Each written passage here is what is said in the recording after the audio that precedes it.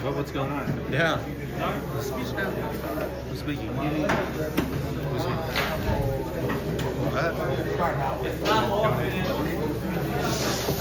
It's not often that I get to introduce a friend of mine. And before Shloimy speaks, I just want to say that we're very fortunate to have such a speaker. I feel that he can relate to our yeshiva on many accounts. And one thing that sticks in my mind is based on what happened this week in yeshiva.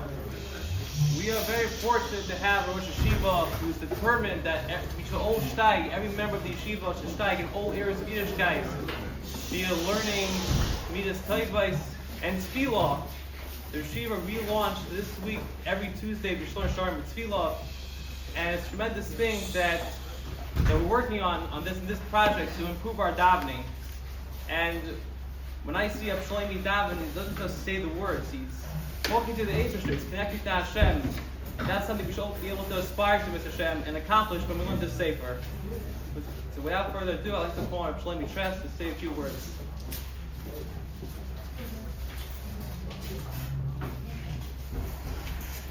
Shalom Aleichem. For the opportunity. So just a few thoughts to learn my Yitzim and Aleif.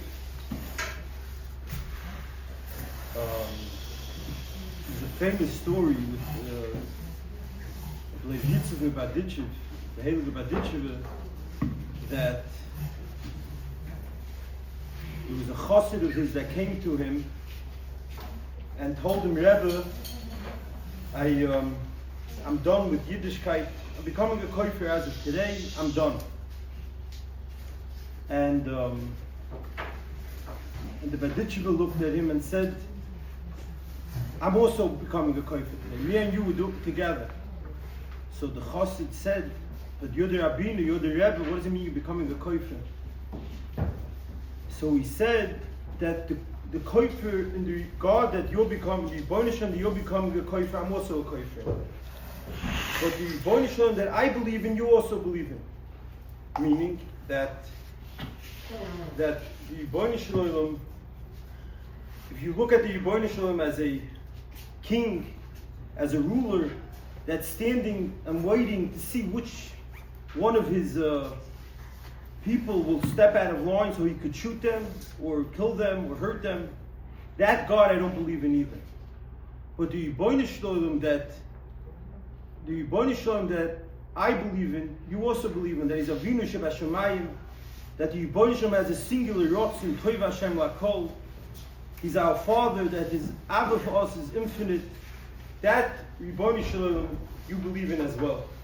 So I just want to expand a couple of thoughts in the gay this relationship, this gelegenheit that we have as Yidden to be Yibonishon's children, that was zoiche to be, that we could say moidem anachnu loch, that we are the children of the Yibonishon. The basic component, the basic difference between a father-son relationship and any other relationship is that a father-son relationship is a relationship that's an avish ein tluy b'davar. A son can never become no longer a son. There's no such mitzias. A son is a son. And although of course today you could look at Baruch Hashem, most relationships of parents are healthy for the most part with children, but you could see sometimes that there's an estrangement. That's only because of the negias of the father, negias of the son, other challenges that the son and father might be going through. But a pure father-son relationship has no shaykhs to any action. There's no action that changes the level of ava. If I cared in a certain way, when a child's struggling, the ava for that, the father, the ava for that child is even more. And so the point being is that if you look at a tzaddik l'mashal, a tzaddik's relationship with his father is 100%, with his child is 100% pure.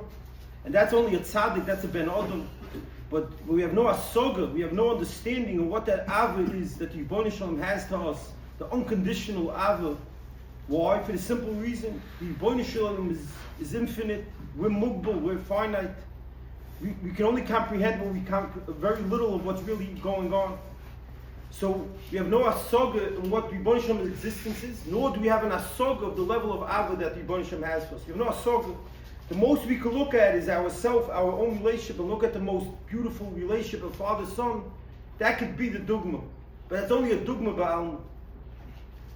And with this idea, the Ramchal and Das Tfunis says that we have, since the shoyish of our existence is mushish on our Father's love for us, we're only here because Yibon Shem has a rotzen lahitiv.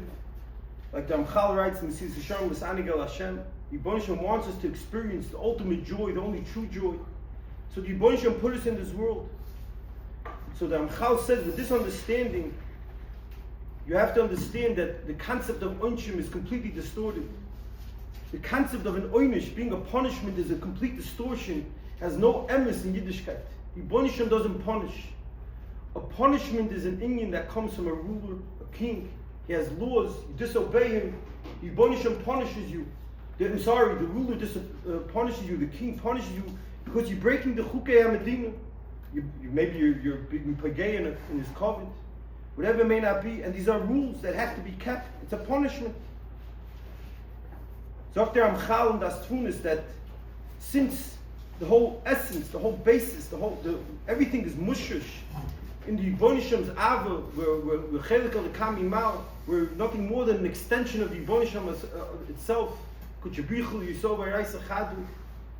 So Memela, Dr. Ramchal, the Indian of Onshim, Yisurim, trials, tribulations come from one idea. It comes from the idea of a father that loves his son, and Nebuch, a father loves his son. I'm saying it in my words, but how I understand the Das Tfunis, I'm not using his exact verbiage. But the idea is of Nebuch, a father that loves his son, and the son's sick. So a good father does whatever he can to heal the son. Right? So, but what's the fundamental difference? So let's say, for example, the father is also the surgeon. So in the medical protocol, let's say that the way to do surgery is X. The child, you have to open up the person, and you have to take out X, a certain amount. The father comes in, and he sees that you only have to do very little. So Dr. Ramchal, even though, let's say, the rule for, let's say, killing someone is X, this is the type of healing, this type of surgery he needs.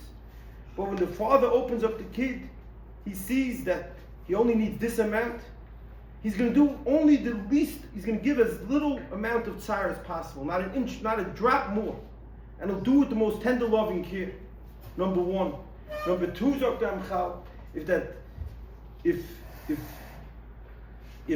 let's say the child is not up to surgery, the child's not well, he's too weak, he's not strong enough to go through this trial and tribulation now, then it's pashut that Indian of Yisum will be taken off for the moment because it won't serve its function. Its function is to heal. If he's sick now and he's not up to surgery, the Yibon Shem won't do it. I could give you two stories a little bit to illustrate the general idea. One story is Yedua with the Baruch Ber Zechron Levracha, that the Baruch Ber, as Yedua, when he had to discipline his children, he would wait sometimes a few days until he disciplined them. Why? Because he wanted that the discipline should be purely from his ava, not from any personal anger or negias that he has. So he waited a few days where any personal negias dissipated, and only then did he discipline the child. And a more recent story that I know of, a good friend of mine actually, he was quite a character when he was growing up, and his father was a tzaddik of a yid, a very, very soft person. And one time he crossed the line that, that Pasha Dachrayis of a father requires to take action. And the father calls him in and says, we have to come this time to this room, and we're going to have to give you discipline. Okay? This kid is a character, he figured, something's up. So he meets him, whatever time it was. He comes into the room, and the father takes out the belt. And I can tell you, this father is so soft. It's a tzaddik mamish. I knew him. He's no longer with us. And this boy, being a character, a real big character, he knew his father. He knew how to play this game. and his father takes out the belt, and before the father even hits him, he starts screaming like his father, who knows what. And as the belt is coming down in a way that probably almost he didn't feel, he could hear his father crying as he's doing it. Mamish b'chiyas. And he does it again, and after 2 times the father just runs out of the room. Why? Because what's the point here? The point of these are the two points I'm trying to bring out. The point number one is that the discipline of a father is not about you disobeyed me, you shepherded my covet. It's about making the son being able to thrive and be healthy, and not staying a child. So the father did whatever he had to do, but even that was hard to do.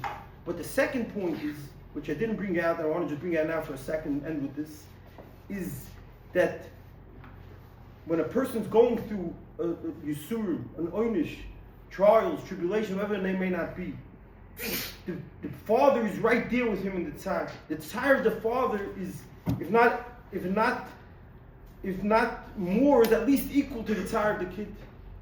And that's what the Ramchal writes, that's what Shloimy David HaMelech, when he says, Ima anochi b'tzara, a person thinks he's in a tzara. The Yibon Hashem is right there with you in the tzara. It's impossible for a father to separate himself from the tzar of a kid. That's what David HaMelech is saying, Ima anochi b'tzara. And unfortunately, anyone who's a father, and they had to take a kid into a hospital once, for any procedure, it could be even what we call minor, is minor, and you see the kid being wheeled into the surgery room, into the operating room, and you see the fear on his face, the tsar that a parent has at that time is, you can't explain. So we have to know that when we're going through a situation, each one of us in our own way, we're not going through it and there's a God somewhere. The Yibon Hashem is right there with us in that tsar. And there's a famous mashal that illustrates this point. There's a mashal that, Be'ez Hashem, when a person passes on to the better world, he comes to the Olam HaEmes, they're going to show him his whole life. They're going to show him his whole life, which is the way it's going to be. But the mashal they used to bring out at this point is that they're going to show him along a beach.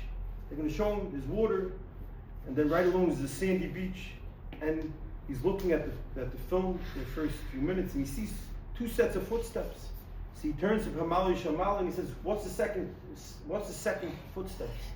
He says, "One is yours and one is your tata, the Yibon Hashem, the Avinu Shabbat." And he keeps on watching. At a certain point, he comes to his most darkest times in his life, and he sees only 1 set of footsteps. And he turns to Amai and says, "At this, the Yibon Hashem abandoned me." And they say, "You don't understand. The footsteps that you see is the Yibon Hashem. The Yibon Hashem picked you up. He was holding you at those times. The Yibon Hashem didn't give a carrot. You couldn't walk, so the Yibon Hashem was holding you." That's what that was. So I just want to end with this thought that a Yid just has to, Ramchal talks about this, he has a whole letter about this in Shari Ramchal. He says a person has to know one thing, that the Yibon Hashem has only one interest and nothing more, nothing less. Just like Einoid Muvada, he has one singular rotzin, his rotzin is Lahitiv. And he says, when Shloimy HaMelech says, "Ani l'doidi v'doidi li," what that means is that the Yibon Hashem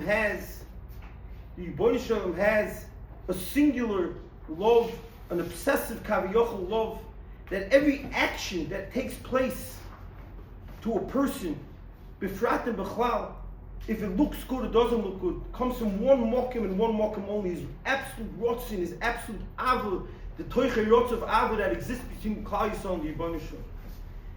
We don't see it. So Ramchal explains that when David HaMelech says, "Samcheni k'moisi nisanu," you come the time, Be'ez Hashem b'karv of the Gula Asida. Samcheni k'moisi nisanu. What does Samcheni k'moisi nisanu mean? Our eyes will open up. Now we're seeing very little of the story.